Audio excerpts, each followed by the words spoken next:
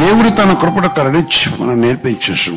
దేవుని వల్ల నేర్చుకున్నవారు, దేవుని మాటను బట్టి నేర్చుకునేవారు, దేవుని ఉద్దేశం నేర్చుకునేవారు, పరిశుద్ధాత్మ దేవుని సన్నిధుల విషయం మనం జ్ఞాపిస్తూ నేర్చుకున్నట.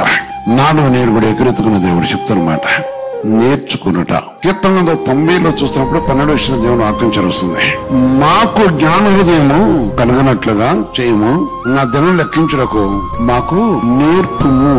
మా దినము లెక్కించుటకు మాకు నేర్పము. ఎందుకంటే మనిషి నేర్చుకుని దేవునితో కలిసిన విషయం నేర్చుకున్నప్పుడు మనుషుడు దేవుని మార్గం తన దినములు తను తెలుసుకోగలుగుతున్నాడు. పరిశుద్ధాత్మ దేవుని యొక్క నామను బట్టి చూస్తున్నప్పుడు దేవుని బిడ్డలారా, నిజంగా పరిశుద్ధాత్మ దేవుడు మన చరిస్తున్న ఈ గొప్ప మాట మనం వారందరూ దేవుని చేత ఉదయపడుతురు అని ప్రవక్తల లేఖనములో రాబడి ఉన్నది.